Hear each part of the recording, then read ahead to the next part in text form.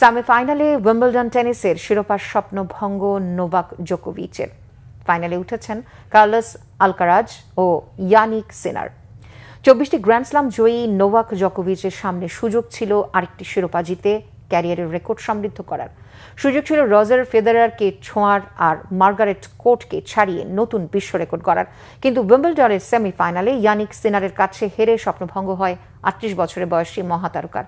লন্ডনের all England ক্লাবের centre কোর্টে বিশ্বের 1 নম্বর খেলোয়াড় সিনারের কাছে 6-3, 6-3, 6-4 গেমে হেরে যান সার্বিয়ান তারকা নোভাক জোকোভিচ। শেষ চারের লড়াইয়ে যুক্তরাষ্ট্রের টেলর ফ্রিটজকে হারিয়েছেন কার্লোস আলকারাজ।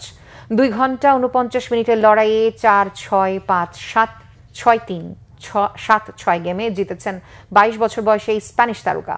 রোববার সিনারের বিপক্ষে আলকারাজ ফাইনাল খেলতে নামবেন উইম্বলডনে টানা তৃতীয় শিরোপা জয়ের লক্ষ্যে। গত মাসে এই দুজন ফ্রেঞ্চ ওপেনার ফাইনালে খেলেছিলেন, জিতেছিলেন আলকারাজ।